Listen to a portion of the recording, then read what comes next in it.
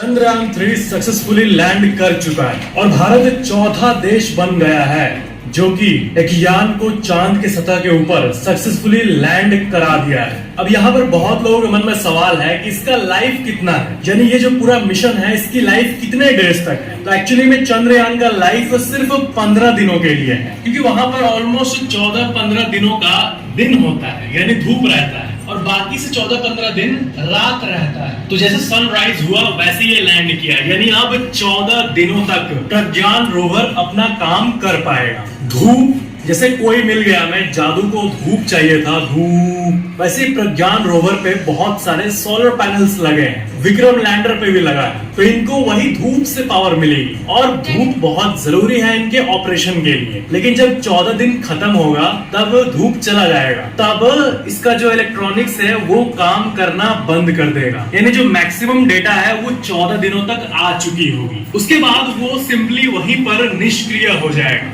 सारे electronic parts बंद हो जाएंगे। और इसरो के वैज्ञानिक ये कह रहे हैं कि हम होप करते हैं कि वो 14 दिनों के बाद भी कुछ दिन चले, लेकिन ये होप वर्ड यूज किया गया है, यानी इसके लिए कोई सटीक टेक्नोलॉजी नहीं यूज किया गया है जिससे वो गारंटीड चलेगा बहुत दिन तक, क्योंकि ये मिशन 14 डेज को माइंड में रखते हुए ही बनाया गया था। बाकी जो ल्यूना 25 जो कि क्रैश किया, अगर वो लैंड होता तो उसके अंदर एक ऐसा पावर जनरेटिंग टेक्नोलॉजी था प्लूटोनियम के जरिए, जिसके चलते उसको 1 साल तक पावर मिलती। तो इस मामले में सबसे अच्छी न्यूज ये है ना कि इसरो एक्चुअली में इस टेक्नोलॉजी पे काम कर रहा है, एक ऐसा प्लूटोनियम का पावर सोर्स बनाने का जिससे अपकमिंग मिशंस में 1 साल तक पावर मिले। लेकिन फिलहाल चंद्रयान जो है ये 14 डेज तक बहुत सी रिसर्चेस करेगा साउथ पोल में, वाटर, हीलियम 3 और ऐसे कई चीजें हैं जिसके बारे में आपको पता होना ही चाहिए कि ये मिशन आखिर हुआ किस लिए।